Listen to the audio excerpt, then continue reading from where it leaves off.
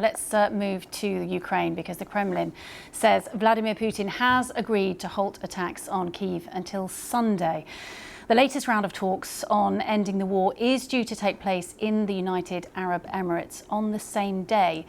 A spokesman in Moscow said Mr. Putin had agreed to the request because President Trump had made it personally. Now, there were fewer Russian airstrikes on Ukraine than usual overnight, with one ballistic missile and around 100 drones fired.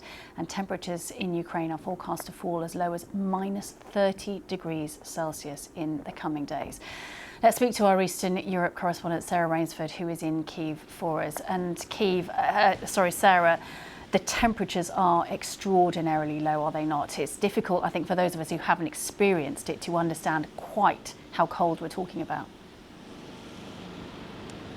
Yeah, I'm in Dnipro in the east at the moment, but I've been in Kyiv for the past week, and yes, the temperatures have been extremely cold. The point is they're going to get much, much colder than that, and we're talking about down in the low 20s, so minus 20, minus 25 degrees overnight. And that matters because there are so many people who are now living in houses that have had no heating, some of them since early January, and no electricity either. So we're talking about the kind of weather that when you breathe in, your nostril hair freezes. It is bone chilling, it is horrific, and it is much, much worse when there's nowhere to go to keep warm. Now, Ukrainians are resilient. They have set up huge heated tents in many neighborhoods of Kyiv in particular, which has been the worst hit. With generators keeping those tents warm, so people can go there, they can charge their devices, but ultimately they are living in freezing cold homes. We're talking about hundreds of apartment blocks in Kyiv that still haven't had the power and the heating restored to them because the Russian attacks have come in waves, they've come over and over again, and the system is so fragile. Every time the Ukrainian authorities patch it up, it breaks again very easily. So it has been a very, very difficult winter so far. And so this news announced by Donald Trump that there was going to be a pause in Russian strikes on the energy infrastructure is certainly welcome to Ukrainians. But then came the news it was only going to last until Sunday, a couple of days. And on Sunday is precisely when in central Ukraine we're talking about temperatures down in minus 25 or even lower. So the idea that there could be renewed strikes, I think, is extremely worrying for people, even if a little bit of a pause is some relief for now. Yeah, and of course, you know, as we know, the Russians have been targeting Ukraine's energy systems, presumably so that using it as a war tactic, that if you've got people who are cold, presumably morale is much lower. So is it in some ways a surprise that he's decided to stop this, even if it is for a short amount of time?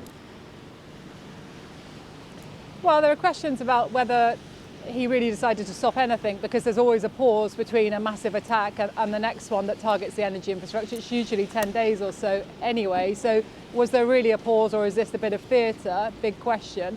Certainly it's being presented as a very nice move by that's how Donald Trump described Vladimir Putin. I certainly would say Ukrainians don't see this as a very nice move because they have been suffering the very severe consequences of repeated attacks, not just this winter. This is the fourth winter when Russia has deliberately targeted civilian energy infrastructure. And yes, the aim is to exhaust people. It is to make them freezing cold. It's to make them turn against the authorities here, demand an end to this war, demand all sorts of things which are politically difficult for President Zelensky. It's all about draining people, and it is all about sapping morale. And is it working? Well, to be quite honest, in Kyiv over the past few days, I found people remarkably resilient, remarkably optimistic, despite everything.